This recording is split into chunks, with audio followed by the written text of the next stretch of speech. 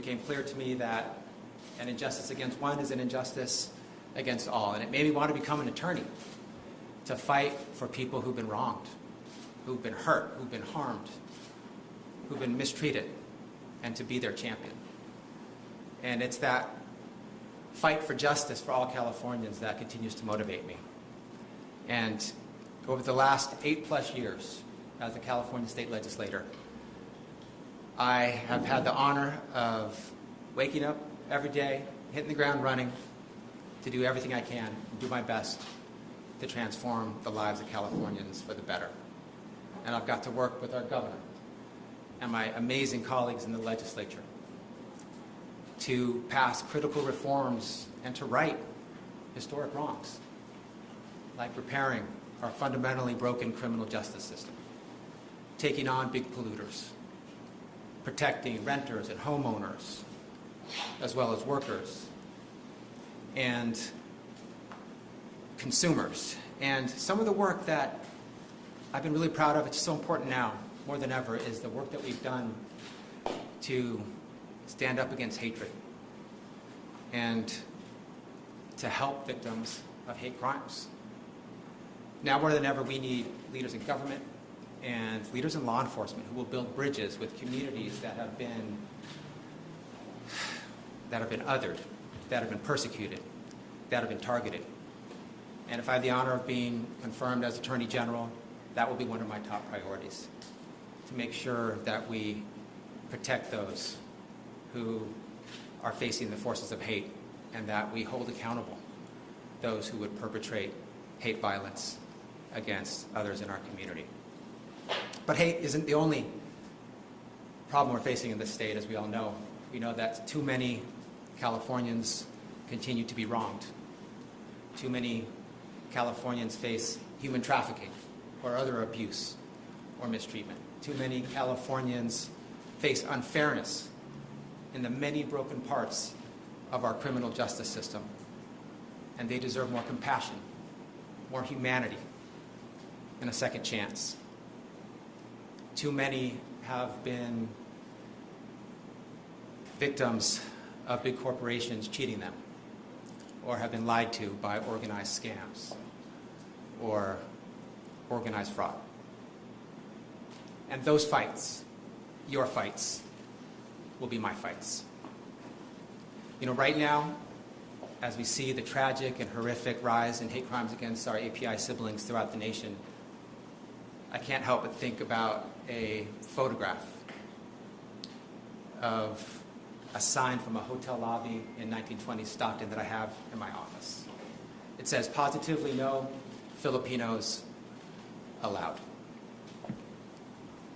Throughout California history, so many of us have felt the sting of hate and discrimination. I have. I know many of you have as well. Too many of you. Asian, Latino, Black, Native American, LGBTQ, Jewish, Muslim, Sikh. So many of us have been targeted and attacked because of who we are, where we're from, and who we love. But that hate has not defined who we are or what we can achieve. In California, we have created the most diverse state in the nation and the most robust democracy in the world. And while that sign may have said positively no Filipinos allowed in the 1920s, in today's California, everyone is not just allowed, we belong. And I will do everything in my power to make sure everyone continues to belong and that I fight for them. So thank you, Governor, for this awesome responsibility and this tremendous honor. I'll do everything I can to help people and to do as much good as possible. And I'll do my best to make you, my family, my community, and the people of California proud. Thank you.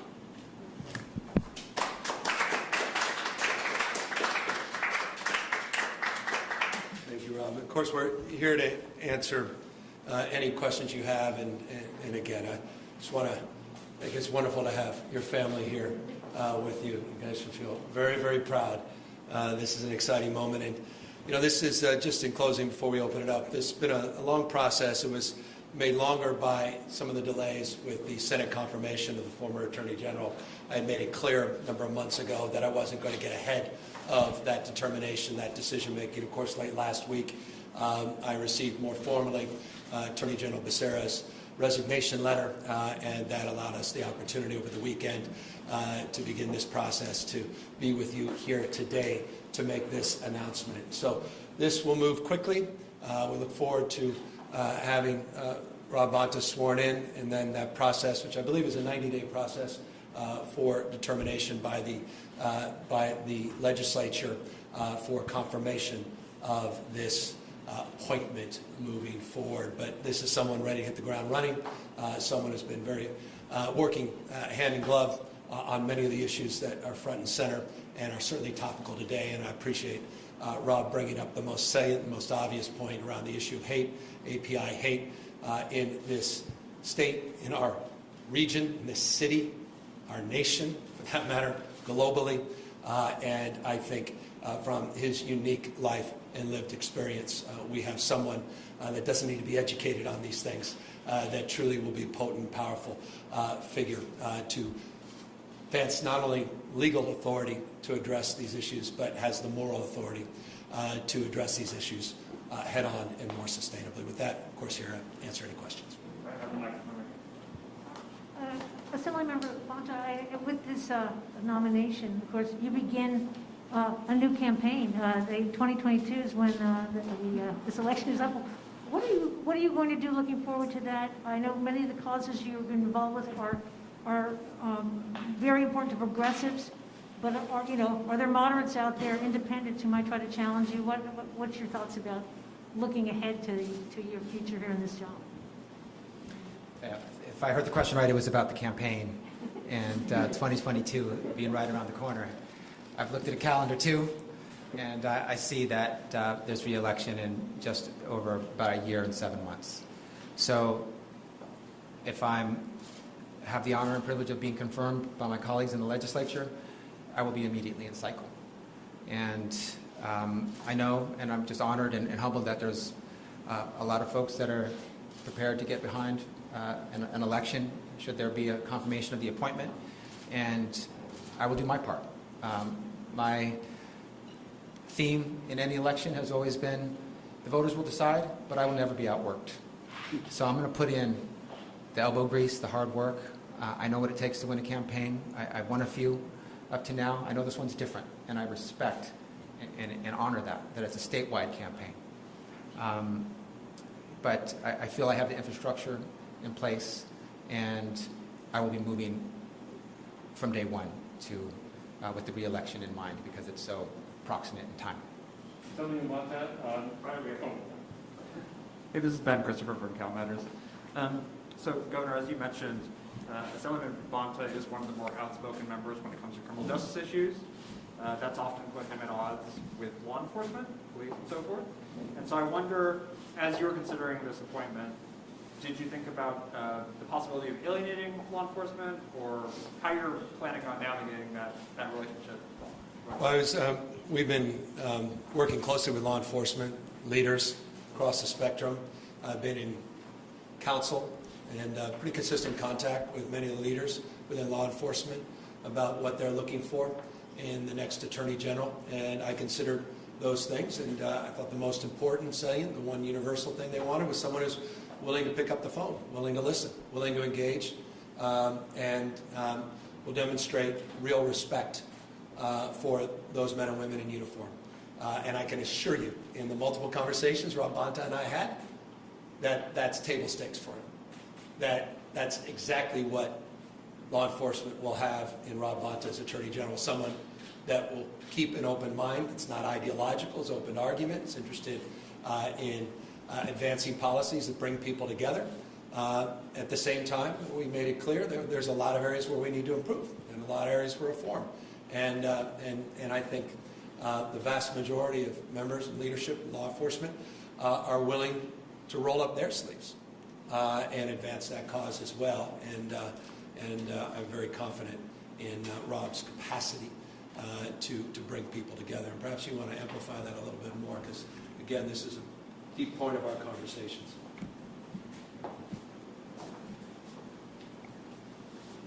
Absolutely. I mean, I second what the governor has been saying about the need for dialogue, for openness, for an open door, for conversation, to put best ideas on the table. It doesn't matter whose idea it is. If it's a good idea, let's go with it. And I will have those conversations with law enforcement. They will have my respect. We will have dialogue. And we will also have respectful disagreements. And that's okay. That's part of how we move important policy forward. But it won't be because we didn't have a conversation. It won't be because they didn't have a chance to share their perspective. And I believe, deeply that we need to build more trust between law enforcement and our communities. I know that to be true. I've seen communities that have been hurt and harmed and don't have that trust. And I want it for them, and I want it for law enforcement. And I believe that most of law enforcement wants to build that trust as well, and will do what it takes to cultivate and build that trust. And sometimes they need systems change, sometimes they need support, sometimes they need resources to get there, and that is a role that I can play in helping build that trust between community and law enforcement. Assemblyman Scott Schaefer from KQED. Sort of following up on this theme, as you know, there's been a lot of pushback from conservative groups on some of the criminal justice reforms voters in the legislature have enacted over the last few years, including your bill to end cash bail. Voters did not enact that. They rejected it.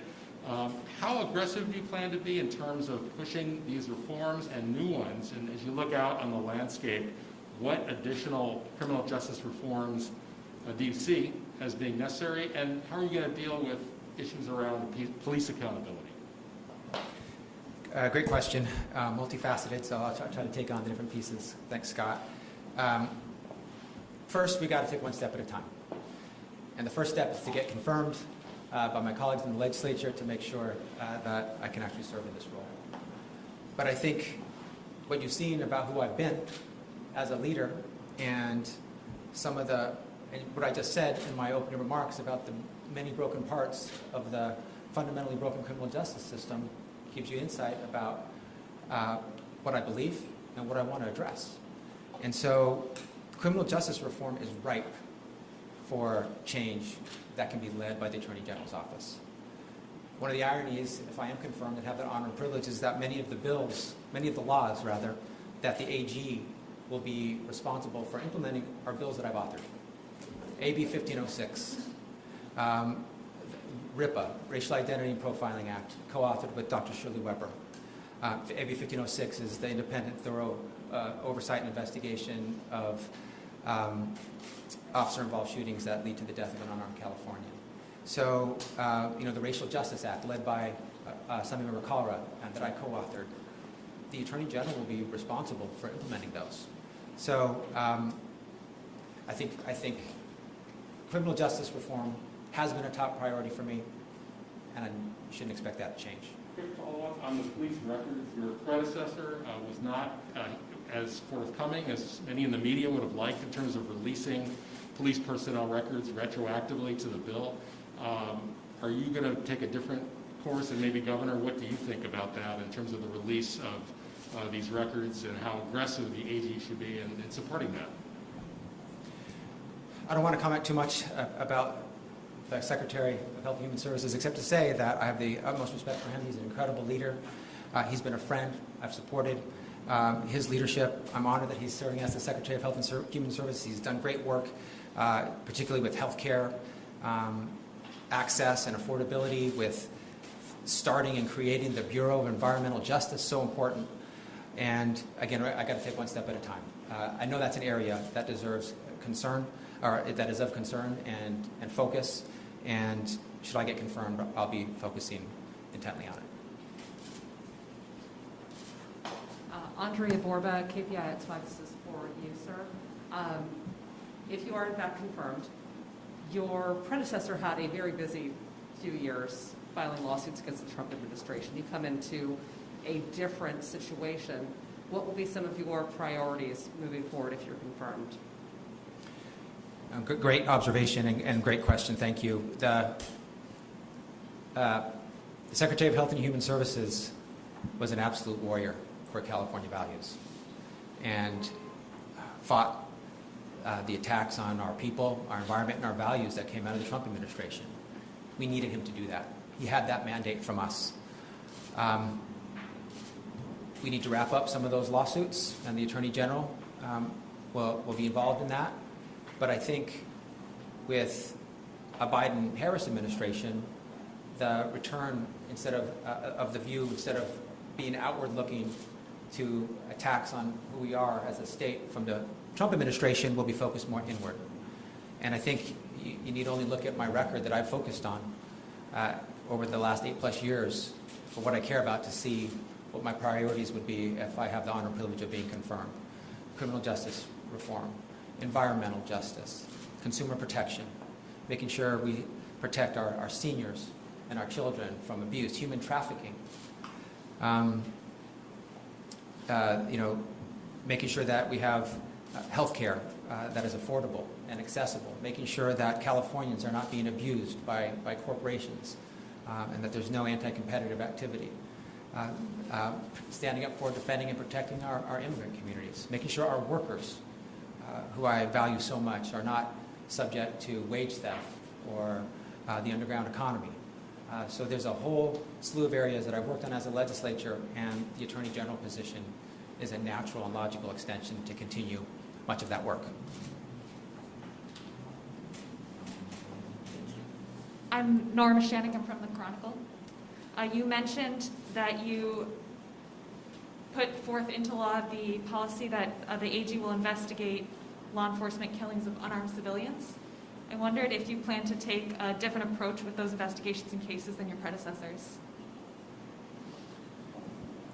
That's a new law that was passed and signed late last year and became effective in January 1st of this year, if my understanding of the sequencing and timeline is correct. So I don't think that any other Attorney General had the opportunity to operate under that statute.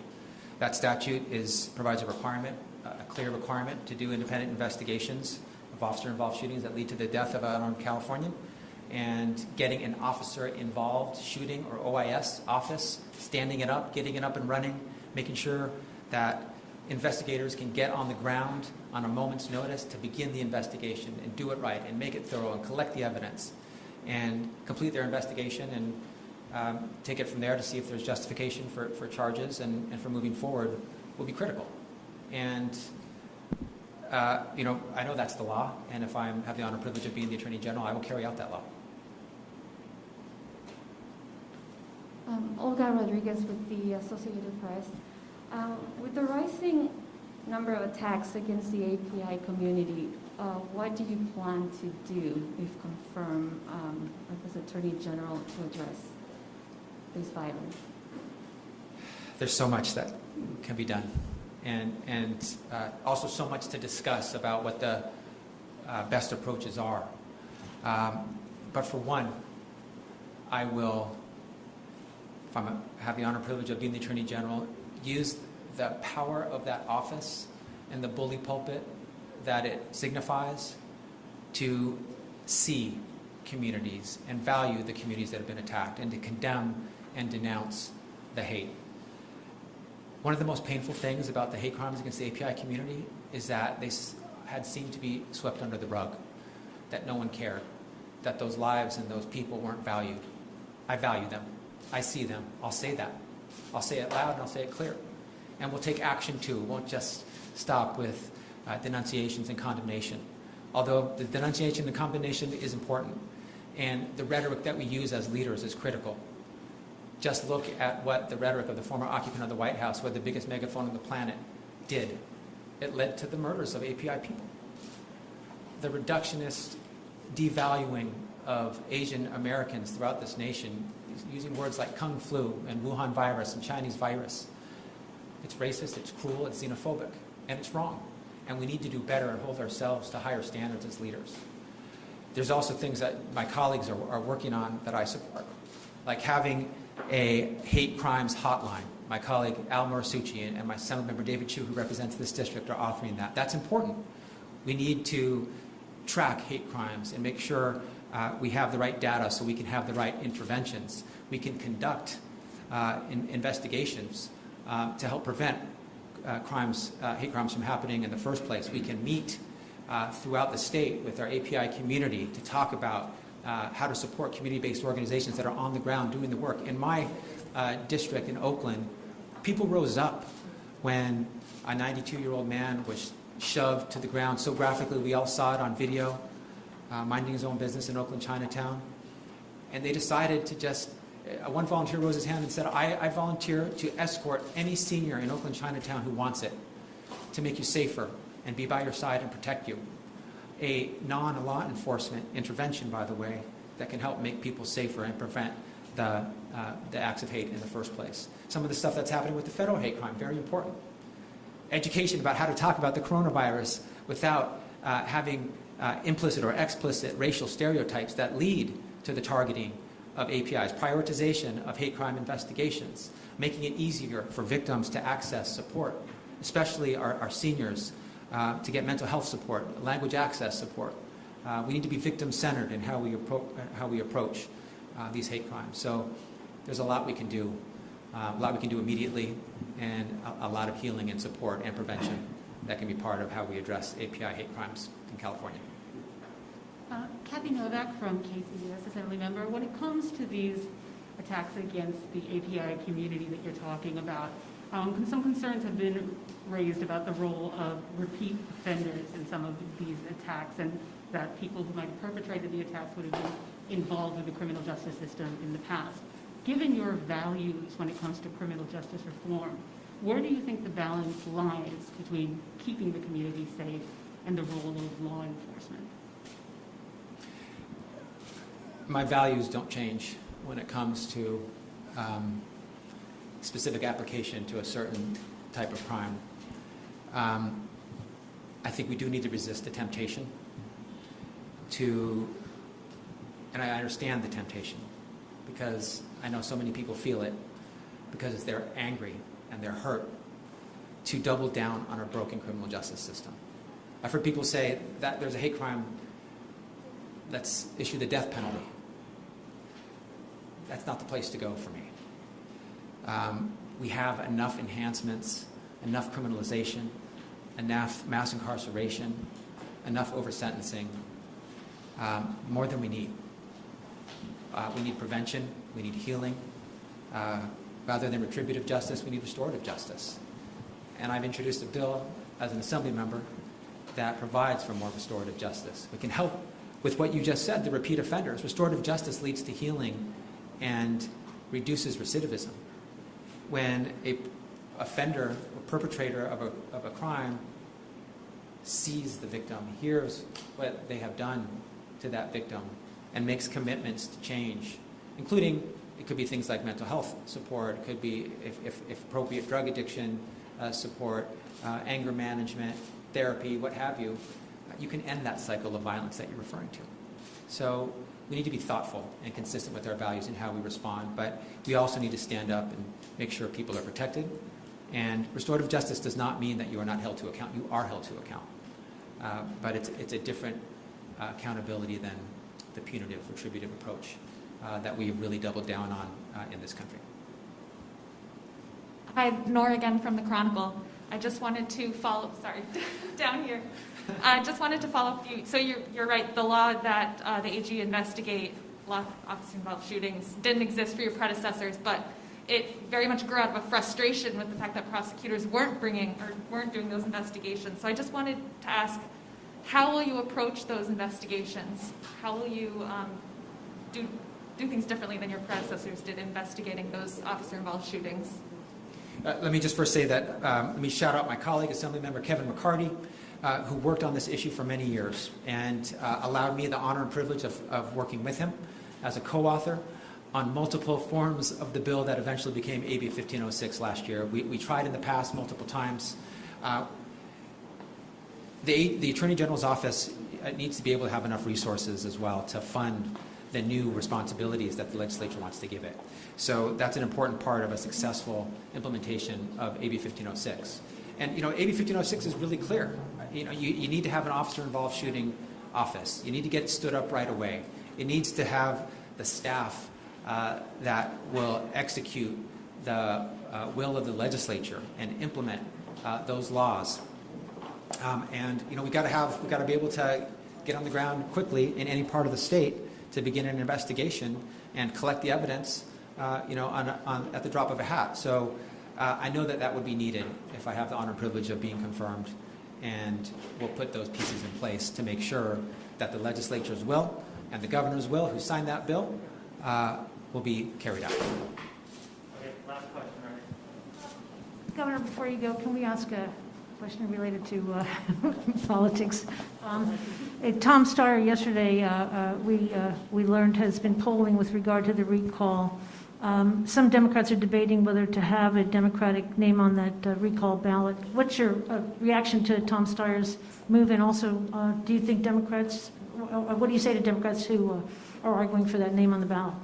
I've been candidly overwhelmed with the incredible support the Democratic Party has shown in opposition of this recall from elected officials, not only all across the state of California, every statewide elected Democrat, as well as assembly and state senator, mayors, cities large and small across the state, but national elected officials from the president himself to Bernie Sanders to Elizabeth Warren and many others. I've been humbled by that and very proud to have their almost unanimous opposition to this recall. I look forward to working with those that will soon join the cause, and I have confidence in our capacity to truly unite the Democratic Party against this Republican recall. I appreciate everybody being here. Thank you all very much for the privilege and the opportunity to introduce you to your next Attorney General. Take care, everybody.